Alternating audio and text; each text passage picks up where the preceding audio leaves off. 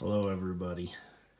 I get asked all the time how I do things, and I know everybody does things different in the model truck world, but I figured I'd share kind of a few things on how I do things, and this will be my first video. I just will try this out, see if this helps anybody out, and if in the future I can help anybody else with any other kind of truck parts, we'll continue on with it. If not, we won't worry about it. We'll go back to business as usual. But today I gotta build a tank for this little delivery truck I'm building, and this is actually how I build all my fuel tanks for every truck that I build. That's how all my tanks, I've built quite a few of them. They've all been built this exact same way. What I use is these green tubes or the gray tubes that come on the 1/32 scale New Ray flatbed as a pipe load.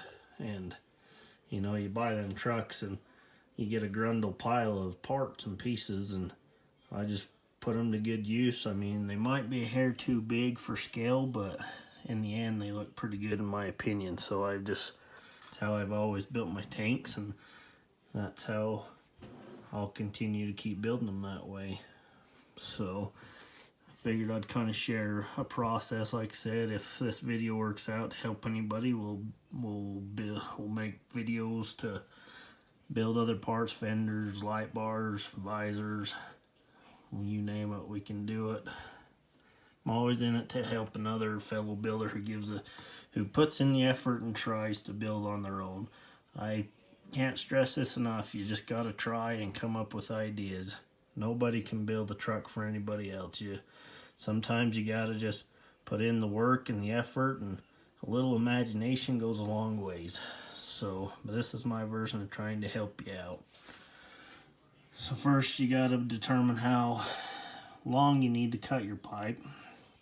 And this one I believe is 1.25 inches. So what I do is I mark it out. I don't go right to the end of the pipe, but I come back a little ways and then mark it out on both sides. And then that way when I go to the garage, I got a belt sander or disc sander, whatever you want to call it, that I've got set up. You know, I've squared it up, so then you can put it on there and you can square up your ends and you have nice square ends. So we'll mark that, then we'll go to the garage and cut the pipe off, and then we'll go from there.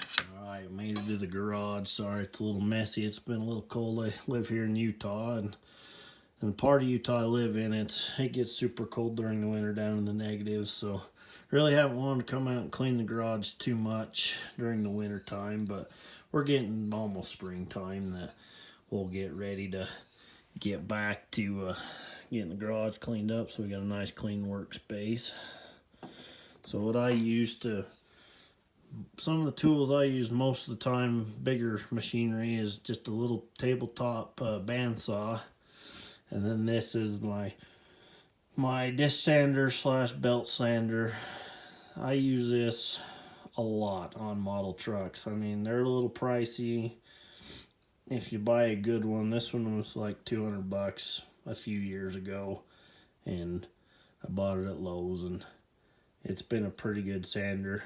Like I said, I've got it squared up, everything. I just check it with a square every now and again, make sure it stays nice 90-degree vertical, and then going into the face of it.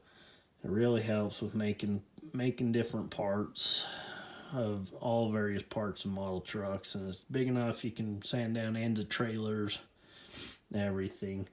But what I like to do is, like I said, I know a lot of you don't have, you know, expensive machinery. You don't have to have expensive machinery to build model trucks. You just gotta, it's just what I've had, because I do dabble into woodwork a little bit and kind of a handyman there, so I have other various things I do with them, not just model truck building. So as far as truck building, I'll cut that off. You can kind of see how I've marked it out there. I've left a little bit on the end so I can come over to the disc sander and sand it true to the end. So we'll go ahead and cut that real quick. I just use 2 hands. it cuts plastic fairly good. You'll get a little bit of chop on the ends, but that comes with cutting and sanding plastic. So just be careful, don't cut yourself because it gets kind of sharp. And then we'll come over here to the biscuit.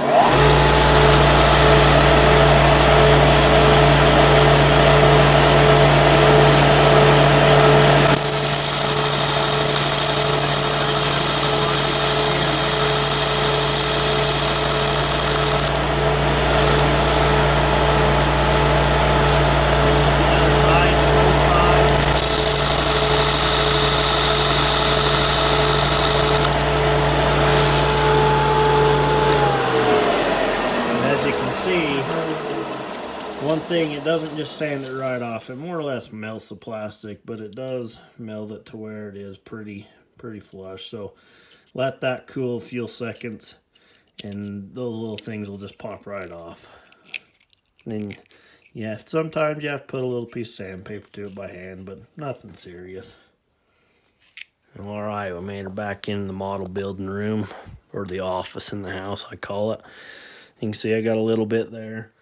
You can just use a little piece of sandpaper by hand, or what I like to use are these nail files. You can buy them at Walmart or Kmart, whatever you got. They're just little nail files that's in the beauty section there, and like I said, the wife's always shopping in that area, so I always get them. I get them in, these are 1 inch.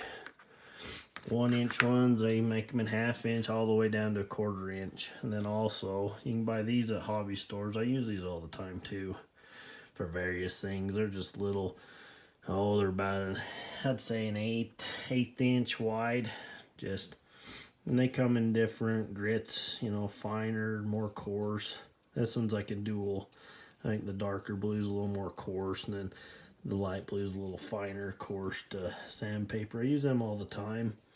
They just help with your hands and just get everything, just help with the hobby. Just for various things, but you can see, I plucked most of it off with my fingers. Once it cools down, it comes right off. But sometimes you get a little extra there. But you want to clean that up because now we're going to glue some ends on it.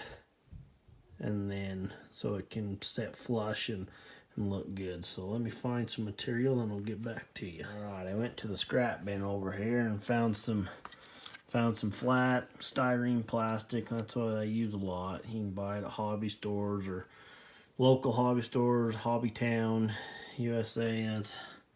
That's where I buy my glues and whatnot, and a lot of my plastic. But a lot of my plastic I buy online. There's various online hobby stores that you can buy all kinds of plastic, and I ain't gonna go into much detail with that because that could be a whole nother video on materials that I use and what you can use, but that's what majority of it is. I mean, it comes in all various sizes, shapes, you name it. But this is just straight, just flat sheet styrene. It comes in various thicknesses. This is probably a 0.030 thickness. I use all different kind of thicknesses for different things. The thicker, the more stronger. I mean, I use it right down to a 0.010, and it's very, very thin and flexible. And we'll talk about that here in the end of the video, because I use that to actually for like tank straps, because it's very thin and you can put a nice piece of chrome tape on it to make a nice chrome tank strap. But we'll go into that here a little bit later. But let's get back into building these tanks. So what I did is I found me a couple pieces basically to glue onto the ends here, because that's going to be the ends of your tanks. And I just kind of leave them just kind of rough like that, because then we'll clean them up. But you just glue them on the ends. Make sure it goes all the way around. And while we're talking about gluing, I like to use I mean, you don't have to buy expensive glue. I mean, you can use just the super glue from the grocery store or whatever. Gorilla Glue makes a good super glue. I use this CA. And you can get it in different thicknesses. Like I said, mostly I use a medium thickness CA glue. I mean, you can see back here I got some super thin, or this is just, yeah, super thin. They make a thin, extra thick. They come in all different thicknesses, but for various things, I don't necessarily use the thins for model truck building. I dabble into model RC airplanes, and you glue balsa wood with it and whatnot, and sometimes use them, but mostly I use the medium, and it creates a pretty strong bond with the plastic. But I found with the plastic and use this glue, you kind of have to rough up the surface to get a really good bond. I mean, you can put it right straight onto the stock plastic, but it has a tendency to not stick and bond very good. But if you rough up the surface, rough up both surfaces, and you glue it together, it creates a much stronger bond. And then sometimes it doesn't bond quite instantly, and then sometimes I have to use an activator, and this is just an aerosol, or they have pump bottles of it. Let's see, I think I got a pump bottle right here of just activator or Instaset. What it does is just kind of activates the glue and sets it up, you know, in 2, 3, 4 seconds, depending on how much you got. So I use it from time to time just to speed up the process. So we'll go ahead and glue them on. Alright, got the ends glued on. So now I'm going to take a knife here and just kind of cut around the edges, kind of clean them up. Just cut a lot of the excess off, you know, get fairly close but not quite close, because then what I do after I cut majority of it off, I'll actually take my Dremel here and just run around the edge till I get fairly close. I mean, within a 1/16 or even closer. And then I have a little sanding trick that I've come up with on my own that really helps to get the ends, and kind of, we'll go over that in just a second. And like I said, let me get this cleaned up. Alright, I just took my X-Acto knife there and just kind of cut straight things off for all around. That way we'll just hit it with the Dremel, clean it up real nicely, both ends. So I'm going to go ahead and Dremel that off to as close as I can without trying to get into the tank itself. So let me get that done. Alright, everybody, just got done doing a little Dremel work. You can, oh, sorry about that. You can kind of see I get her as fairly close as I can get it without getting into the tank. I mean, you can kind of see I've got into it a little bit, but that's fine. They'll all sand out, because the Dremel heads I use are fairly fine grit sandpaper, so don't dig and bite in too hard. But you just sand it down as close as you can get it. I mean, the more you get it with the Dremel, the less manual work you got to do. Like I said, if you're in this hobby for cranking out models every day, I mean, that's great, but is your quality really there? I mean, it takes time to perfect things and get things right. I'm kind of a perfectionist when it comes to things, and I'd rather take my time and get it perfect rather than rush through it and redo it. I mean, a lot of people that know me have seen that something might just be off just slightly a little bit, so I've tore something completely apart and redone it. Like that frame, I think all I took out was 1/4 of an inch, just because it wasn't the look I was going for, and I just took it out just because it didn't look right, and I took the time and redid it. So like I said, I'll find my special little sanding trick tool that I've come up with to finish off these ends. Let me go ahead and find that. Alright.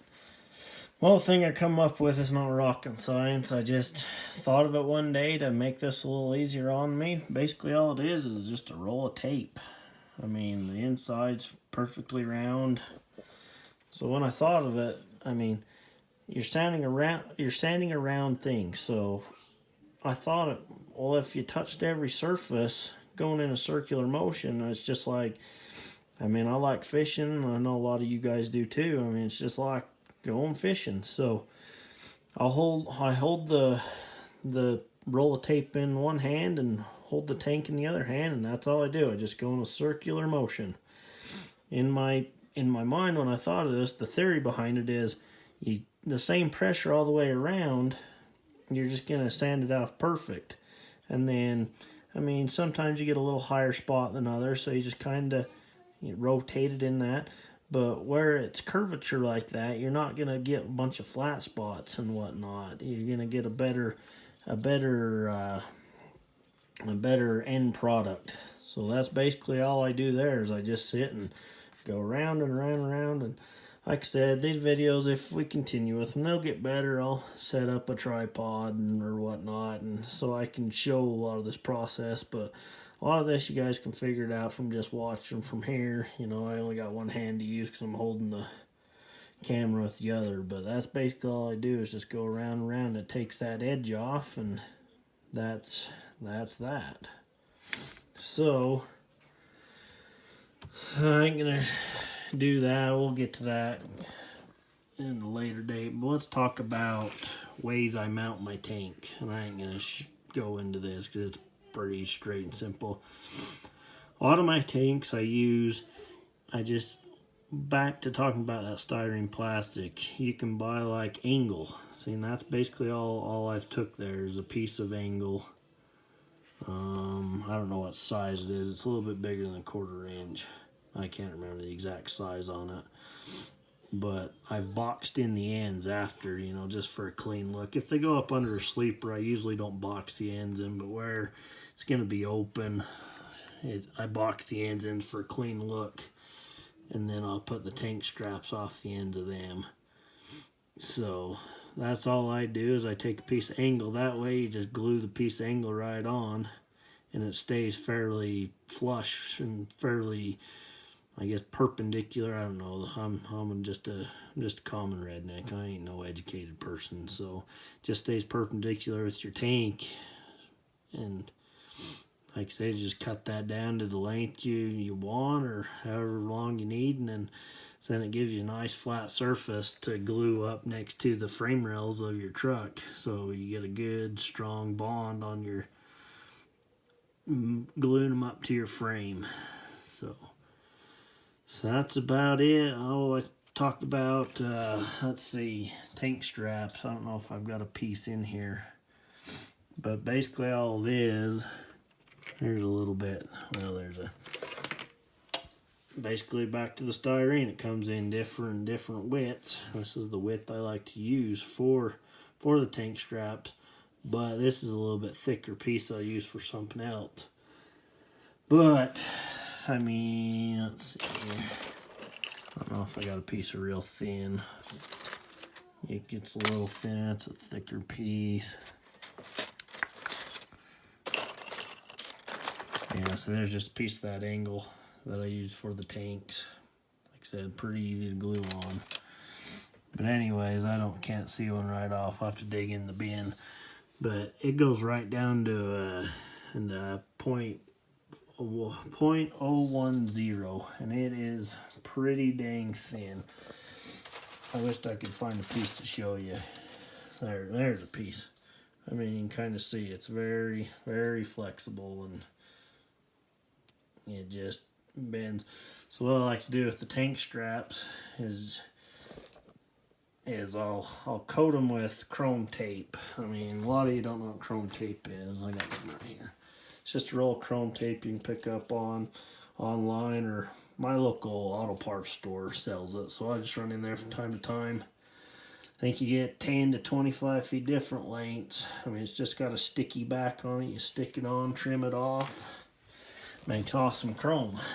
So I stick that on a piece of that, and what that allows you to do, where it's so flexible, I mean, it's hard to do everything with one hand, but you can bend around the curvature of your tank, so it doesn't fight you. It's super thin. You glue it on, and you got a nice tank strap, and it's not too thick. In the end product, they look right. I mean, we can come up here, and that's kind of the finished product on them. That's how I do all my tanks, is just that thin piece of plastic coated in chrome tape, and And that's that. I mean, you can see every truck I've done has that same thing. So I think I'll end this video here. And like I said, this is just could be a first of many. I mean, we'll see how it goes. I mean, a lot of you that know me know that I'm in it. I've been in this hobby for quite a while. 4, 5, 6 years, I can't remember. And I'm always there to help a fellow builder, but you gotta be there, you gotta try. I mean, I can't build the truck for you. You've gotta try. So this is just a way that I like to talk, and I like to help another person out, and that's just a way I've thought that I could help somebody out and help you along the way. And like a lot of you know me, I have a Facebook page, LPO Scale Custom Trucks. I mean, it's hard to see there, but I have a sticker board. I love stickers, as you can see, but LPO Scale Custom Trucks. I mean, check it out on Facebook. And I've had a lot of build videos from a lot of these trucks that show the process of different things, and that's just the way I've helped other fellow builders. You can go see how I've done it, and I just think with the videos it might help just a little bit more. And like I said, we can go over materials, we can go over different parts to build. I mean, glues, I mean, paints. I got all kinds of paints. I do all sorts of stuff. So stacks, I do my stacks a little bit different. They're actual real aluminum that I use, and I polish them out. And like I said, there's the sky's the limit with this, depending on how serious people take this, and if, like I said, if I can help somebody out, I will. So go ahead and go check out my Facebook page and just check in, and if there's something I can help you guys, or you guys got suggestions on what kind of videos I can help you with different topics, let's do her. This is just like I said, a trial run with this video. I know it's crappy videoing, but I'm not a technical person by no means, and we'll get better as we go. So thanks for everybody for watching this, and hope to catch you on the next one, and keep on building, and everybody just have fun with it. Just remember, this is a fun hobby to have fun with. It's just for fun. Just have fun with it, use your imagination, and we'll go from there. Thanks, everybody.